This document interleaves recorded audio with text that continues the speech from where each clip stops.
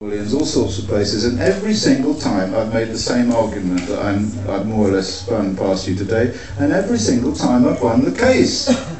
So these judges look at the evidence that I bring forward. They look at the papers that I bring from Chernobyl, from Sweden, from the things that I've been telling you about, from the Irish Sea and all the rest of it, and say, yes, right, this is obviously a load of crap, you win the case. And these are judges. So these are judges, and sometimes they're juries. I won a jury case in the West Midlands, a very, very, very big case about some guy who died of cancer after working in Iraq and was contaminated with depleted uranium. And the coroner, it was a coroner's inquest into why this guy died, what was his cause of death. And so I went in there with all my stuff, and the military of defence came in with all their stuff, saying all of these things, all of the stuff you've heard, you know, all the stuff that George Monbiot talks about credibility, how can we believe this nutcase, look at him, all that stuff. And we won the case. The jury found in favour of the view that this guy had died because he was contaminated with depleted uranium, and they threw out all of the ICRP stuff about how it couldn't be so because the dose was too low. So I have to say that in the general court, in the judicial system, we win this case again and again and again and again. So that is some sort of indication, I think, really, that what I'm saying is true. But I mean, as some other person said on the precautionary principle, even if there was a possibility that it was true, the possibility that all these millions, well not millions, but hundreds of thousands of children are going to suffer cancer and their parents are going to suffer cancer and all sorts of other diseases is too horrifying to contemplate. So somebody should do something even on the basis that it might be true. Oh.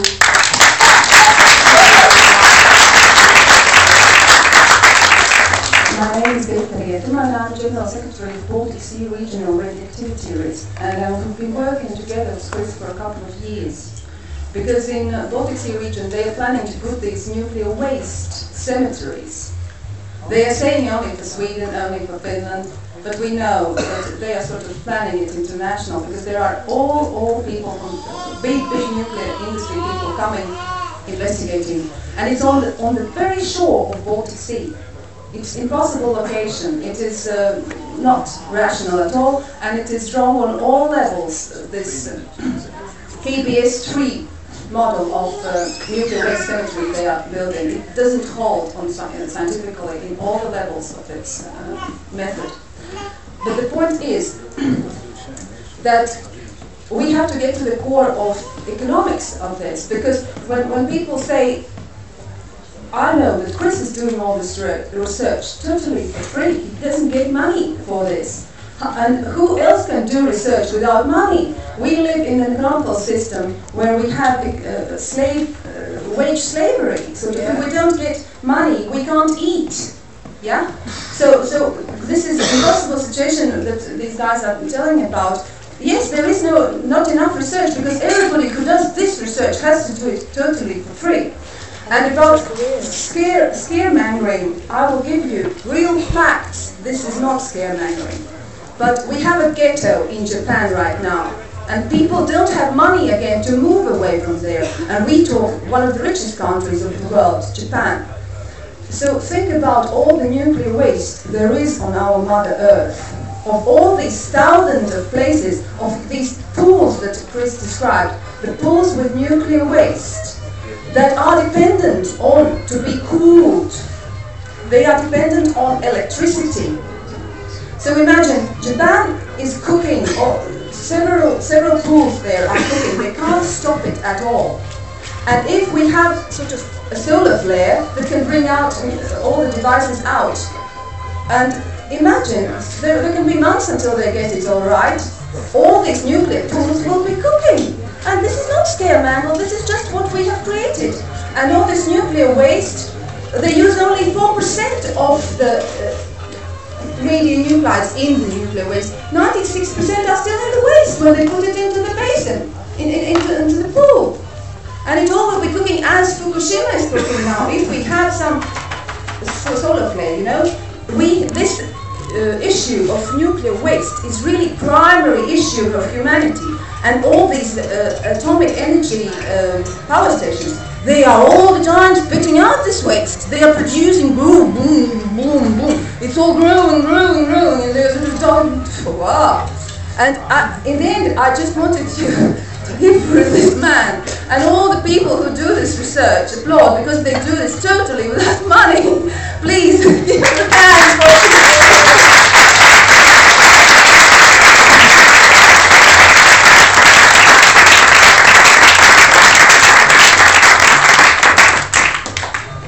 Good, I'm going to follow that. We're good to go. I just want to make two quick points about nuclear power and a question about Hinkley. The first point is it's a sort of ideology. Chris was talking about you either support or dissupport nuclear, slightly from an ideological point of view, and I just wanted to try and clarify that in my mind.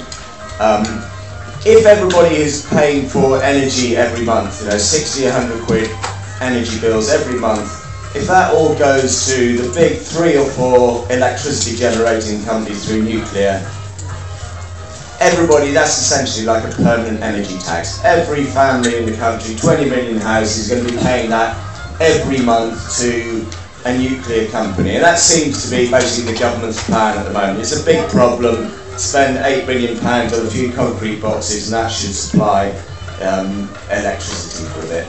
The alternative to that, which is a highly centralised method of power generation and economics, is renewables, is allowing and encouraging every house in the country, all 20 million, to be providing their own electricity and to keep that money themselves. So it's a really basic choice. We have to realise that our whole society depends on energy generation, so whatever method of energy generation therefore controls the economics of our society and therefore controls the politics of our society.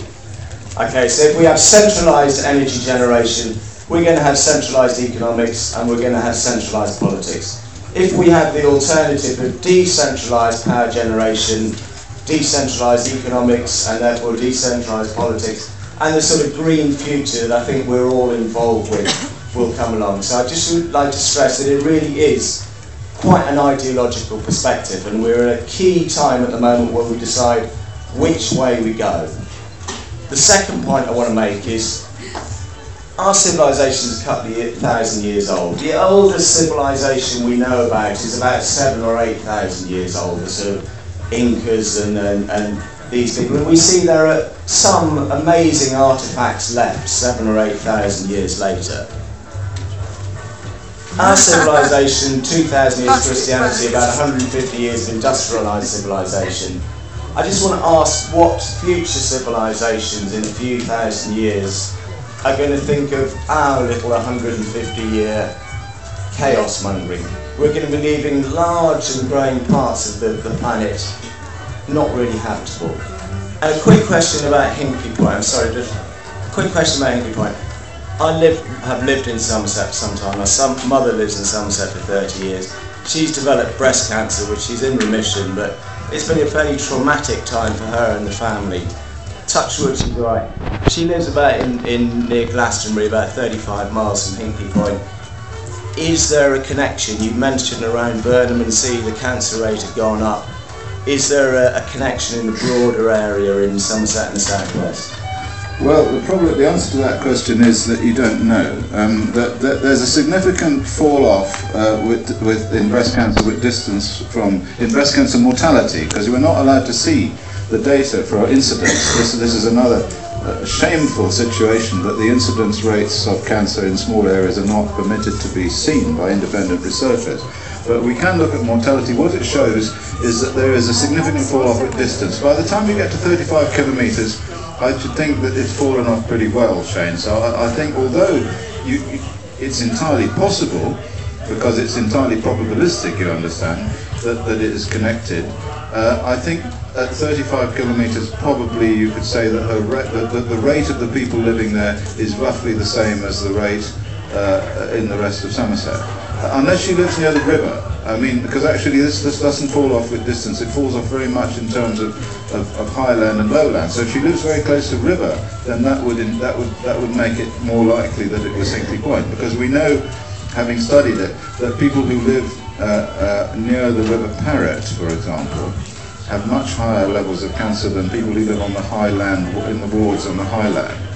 And I think that's due to the contamination of the River Parrett from radionuclides coming from Hinkley Point and coming up with the tide. It was quite extraordinary for lung cancer, in fact, that the rates of lung cancer are twice as high in the wards along the Parrett as they are in the wards that are in the next ones out from there, and the wards on the highland. It's very interesting that occurs. Yeah. So I think probably no is the answer, but certainly Hinkley Point has caused increase in breast cancer in the downwinders and people living nearby. No question about that. And it gets around. 10 kilometres.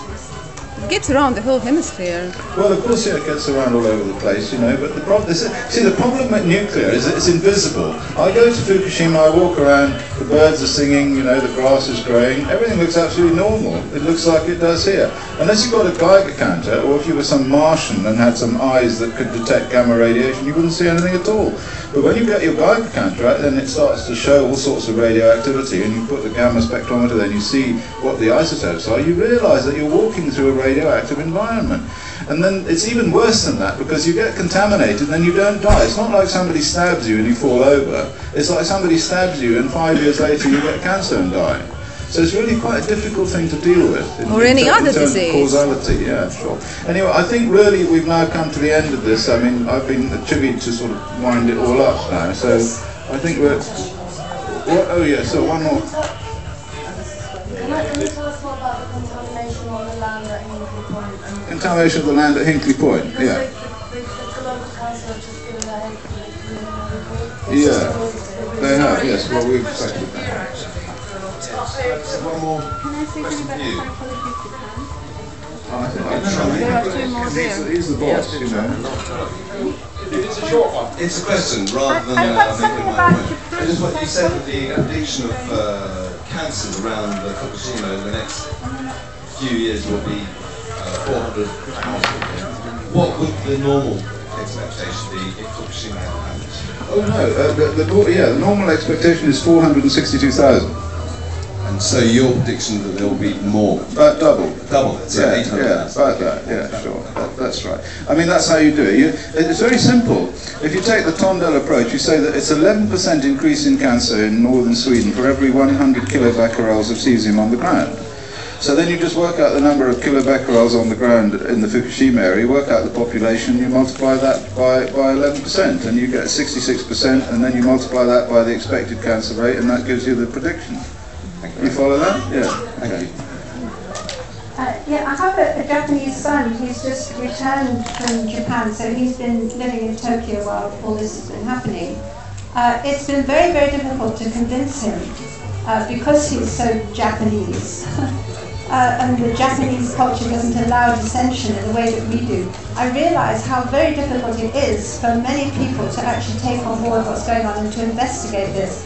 And when I had to leave Japan because I couldn't stand some of the that sense of having to agree collectively how things are many years ago, I come back here and I see actually we're slowly drifting into the same state. And we need to really watch out that we have this fantastic gift in this country, in Europe, of being able to stand up and freely speak about things. If you don't get that in the same way in Japan, it's very hard. It's quite a struggle for people to speak out against the system. And we need to do all we can to enliven our awareness and to spread our dissension. Okay, the one final point that I wanted to make is do not go for individual energy production, because you're feeding it back into the grid, you're feeding it back to the government, you're feeding it back into the system. What we need to do is set up energy cooperatives in our towns, in our areas where we supply our own electricity, which generates jobs, which helps the local economy and makes us resilient in the face of a very uncertain future. Thank you. Thanks very much indeed for all your comments. Thank you very much, Chris. You've done a great job. Thank you very much. If you want to... Okay. About the contamination state. Oh yeah, Hinkley Point, that's right. Well, what we did at Hinkley Point is and none of you will know this, but when they decided to build this nuclear power station there, they had to produce an environmental impact statement. And in this environmental impact statement there was a lot of data, which when we looked at the data, my colleague, my friend Cecily Collingridge and I, we found that it showed the presence of enriched uranium, and so what happened was we said this, and we said that that this environmental impact statement was wrong. And so there was it wasn't a big inquiry. The Environment Agency came along and made some measurements, and they said, no, we were wrong. So it was a bit of a fuss, really.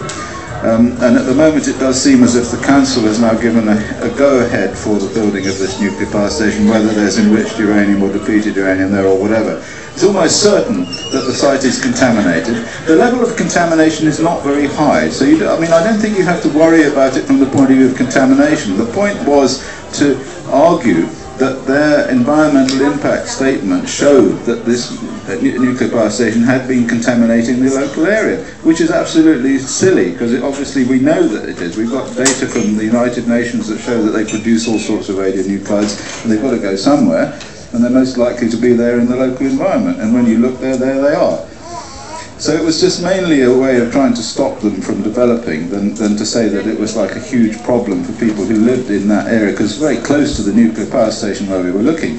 Having said that, there is no question that people who live in that area are likely to have a higher risk of cancer, leukemia and other illnesses because of the radionuclides coming from that plant. And we know that from other studies that we've done at Burnham-on-Sea.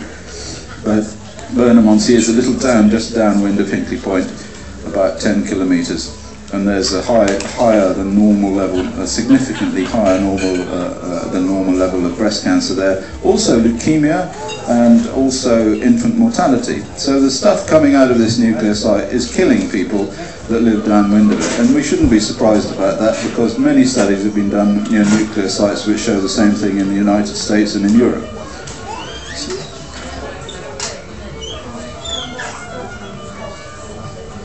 Well, yes. All we can do with our studies is put pressure on the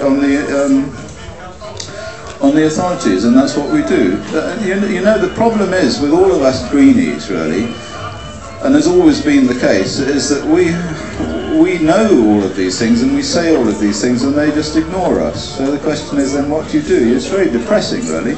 So what I think we do is we use every piece of ammunition that we've got, every piece of shit that we can find, we pick up and throw it. Every piece of analysis that we can do that shows they're wrong, we do it. We get it into every sort of newspaper and in any sort of media outlet that we can. We need tribunal! Yes. Tribunal we need! System tribunal! Well, we have tribunals and so forth, but as far as Hinkley Point is concerned, I think we're doing quite a good job at the moment to stop them, and the best job will be when using this evidence and with leaflets saying these things about Burnham-on-Sea, about the leukemia, about the contamination, is we just go and lock ourselves onto the power station so nobody can come in or out, and we just sit there until they give up.